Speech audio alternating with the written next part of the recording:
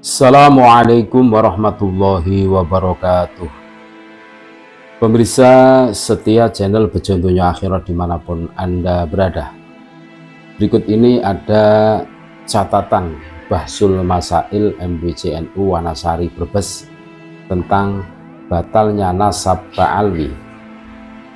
Ketika Bahsul Masail BM tingkat pengurus cabang Nahdlatul Ulama atau PCNU di Batam yang berusaha membela nasab Ba'alwi terbukti dalilnya palsu dan ngawur, apalagi BM yang dilaksanakan di tingkat Majelis Wakil Cabang Nahdlatul Ulama MBCNU. BM PCNU itu mencerminkan cara berpikir tingkat kabupaten, sementara BM MBCNU mencerminkan cara berpikir tingkat kecamatan. Ketika cara berpikir tingkat kabupaten yang berusaha membela nasab Ba'alwi menjadi kacau, maka tentu cara berpikir tingkat kecamatan akan semakin kacau. Pertanyaannya, mengapa bisa demikian? Karena batalnya nasab Ba'alwi itu sudah masuk ke dalam derajat badihi yang tidak bisa ditolak. Yang menolaknya akan masuk dalam kategori mukabaroh atau tidak mau menerima kebenaran. Bagaimana seorang bernama Ubaid yang hidup di abad keempat Hijriah disebut sebagai anak Ahmad Al-Abah padahal tidak mempunyai bukti apapun. Bagaimana mungkin kitab-kitab nasab dari abad ke-5 Hijriah sampai abad ke-8 Hijriah semuanya bersepakat untuk tidak menyebut nama Ubaid sebagai anak Ahmad, padahal anak lainnya disebutkan. Bagaimana ratusan kitab sejarah dan kitab lainnya dari abad ke-4 sampai 8 Hijriah semuanya tidak pernah menyebutkan tokoh-tokoh Ba'alwi satupun, seperti Faqih Muqaddam, Ali Kholik Qosam, dan Muhammad Shahib Mirbat. Semua nama itu tidak pernah disebutkan sebagai apapun sebelum abad ke-9 Hijriah, baik sebagai keturunan Nabi Muhammad SAW, sebagai ulama, atau sebagai manusia yang pernah hidup di alam dunia. Bagaimana pembela kaum Ba'alwi bisa mengabaikan tanda Tuhan yang dilekatkan ke dalam tubuh Ba'alwi, yaitu DNA, dengan haplogrup G? Haplogrup G adalah tanda yang diberikan Tuhan untuk orang-orang yang mempunyai leluhur garis paternar atau garis laki-laki dari Yahudi Khazar yang tinggal di pegunungan Kaukasus. Wilayah bangsa Khazar sekarang adalah Jos, Azerbaijan, Kazakhstan, Dagestan, dan wilayah-wilayah lain.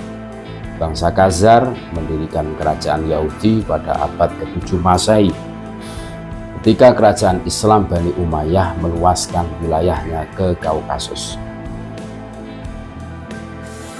Mereka adalah sekutu pasukan salib untuk melawan kekuatan kekhalifahan Islam Arab.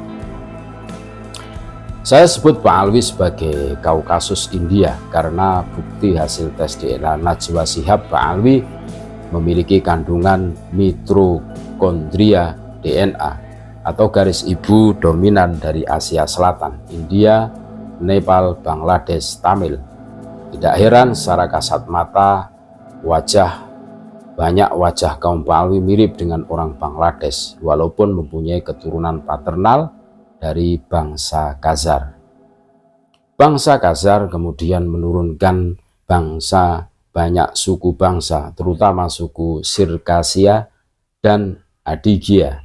Individu-individu yang teridentifikasi sebagai suku Sirkasia mempunyai cabang genetik yang terbagi di antara Sirkasia Timur dan Sirkasia Barat. Di Sirkasia Timur terdiri dari suku Kabardian dan suku Besleney, sedangkan di Sirkasia Barat terdiri dari dua destinasi pertama di sekitar Sungai Kuban, yaitu terdiri dari suku Cemgui, Abzak, dan Beseduk. Yang kedua di pantai Laut Hitam yang terdiri dari suku Sapsuk dan Natuh Kats. Terbesar berhaplogrup dari seluruh suku Sirkasia itu, cabang suku Sapsuk adalah suku yang terbesar berhaplogrup GM201. Individu-individu yang berhaplogrup GM201 dari suku Sapsuk mencapai 81% dari jumlah seluruh populasi. Sedangkan dari suku Adigia 40% berhaplogrup GM201, sama dengan haplogrup kaum Ba'alwi. Untuk menelusuri leluhur garis paternalnya, hendaknya kaum Ba'alwi menelusuri sejarah dari suku yang sampai hari ini masih ada di Kaukasus, yaitu suku Sapsuk dan suku Adigia. Sedangkan untuk menelusuri garis mitokondria, hendaklah mereka menelusuri secara migrasi leluhur mereka dari Kaukasus ke India, Bangladesh, Nepal, dan Tamil sebelum kemudian bermigrasi ke Hadramaut. Dalam kesempatan menanggapi hasil BM di Wanasari Brebes ini, kami menggunakan juga untuk memberi pencerahan kepada santri Masrob Kuburiyah tentang asal-usul kaum Ba'alwi ditinjau dari sisi genetik, selain menanggapi isi hasil BM tingkat kecamatan yang sudah terbantah lebih dahulu dalam buku-buku kami. Tentang sanad hadis yang menyebut nama Abdullah yang digunakan adalah BM itu sudah dibahas secara detail dalam buku kami.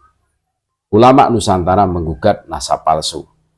Kami telah membuktikan secara komprehensif dan ilmiah bahwa sanad itu adalah sanad palsu yang tidak terdapat dalam kitab apapun.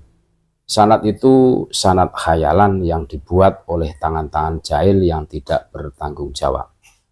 Kemudian cara berpikir tingkat kecamatan juga keliru, memahami tentang bahwa sebuah nasab bisa diisbat cukup dengan salah satu metode pengisbatan nasab yang terdapat dalam kitab Rosail fi Ilmil Ansab karya Sayyid Husain bin Haidar Al-Hashimi. Metode pengisbatan nasab yang terdapat dalam kitab tersebut disebutkan ada 5 metode dan kemudian ditambahkan 2 metode lagi. Jadi berjumlah 7 metode, yaitu syuhroh dan istifadoh. Kitab nasab, bayinah, ya, syar'iyah atau saksi, iktiraf, ikraf, dan ikror suatu kabilah, iktiraf dan ikror seorang ayah, al-qur'anah,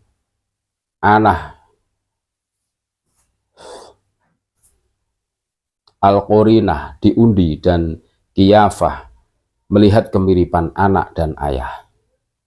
Menurut cara berpikir tingkat kecamatan, nasab bisa diisbat cukup dengan salah satu dari 7 metode di atas. Misalnya jika ada seorang yang mengaku sebagai keturunan Nabi Muhammad SAW, maka cukup diundi saja.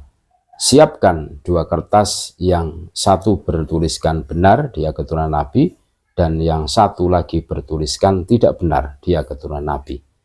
Jika setelah diundi yang keluar adalah kertas yang bertulis benar dia keturunan Nabi, maka sahlah dia menjadi keturunan Nabi. Jika yang keluar kertas bertuliskan tidak benar dia keturunan Nabi, maka pengakuannya batal.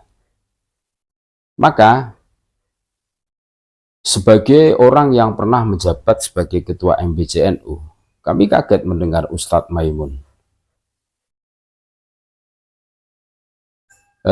salah seorang perumus dalam BM tersebut menerangkan metode isbat nasab seperti di atas. Sepengalaman kami, cara berpikir tingkat kecamatan pun tidak sekonyol dan sebodoh itu. Banyak para alim di tingkat kecamatan yang ilmu dan pengalamannya tabahur atau luas. Namun akhirnya kekagetan kami hilang setelah salah seorang teman mengirimkan link akun Facebook atau FB milik Ustadz Maimun. Dalam akun FB-nya nampak ia berfoto dengan Syekh Umar bin Hafid Ba'alwi atau pengarang kitab kumpulan doa-doa siang malam. Rupanya Ustadz Maimun ini dulu mondok kepada Syekh Umar bin Hafid di Ta'rim. Dari sana saya paham bahwa acara BM itu bukan untuk mendiskusikan secara ilmiah batalnya nasab Pak Alwi, tetapi sebagai bukti seorang murid dalam membela nasab gurunya yang batil.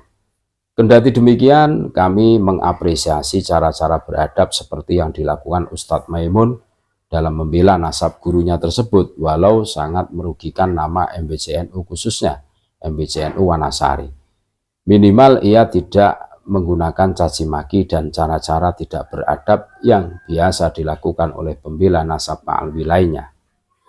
Yang diusahakan Ustadz Maimun itu kemudian diapresiasikan dan disebarkan secara masif oleh klan Pak Alwi. Bahkan Muhammad Hussein Al-Habsyi, panitia Haul Solo, ikut meng-share status Ustadz Maimun tentang BM tersebut. Setelah Ustadz Maimun mengetahui bahwa status FB-nya di-share oleh panitia Haul Solo itu, ia kemudian membuat status sebuah kehormatan tak terkira bahwa status hamba dianggap layak di-share oleh cucu pengarang Simtud Duror. Dari status Ustadz Maimun tersebut kita melihat betapa ia telah merasa menunaikan kewajibannya sebagai hamba dari klan Pak Alwi untuk ikut membela nasab gurunya yang batil secara ilmiah tersebut. Ia memanggil dirinya hamba di hadapan seorang Pak Alwi, padahal ibunya melahirkannya sebagai bangsa Jawa yang lebih mulia dari Pak Alwi dilihat dari sisi apapun. Yang agak lucu dari peristiwa BM-BM-an Wanasari tersebut adalah bahwa kaum Pak Alwi, khususnya Muhammad Hussein Al-Habsyi Solo, merasa bahwa hasil BM-BM-an itu bisa menolong nasab mereka. Untuk itu dengan semangat 45 ia share status FV hambanya itu. Padahal hasil BM-BM-an itu tidak berarti apa-apa dalam menolong nasab Pak Alwi. Isinya sama, hanya sama dengan jawaban Pak Alwi selama ini. Tidak ada dalil ilmiah, hanya saja disampaikan dalam kedok BM.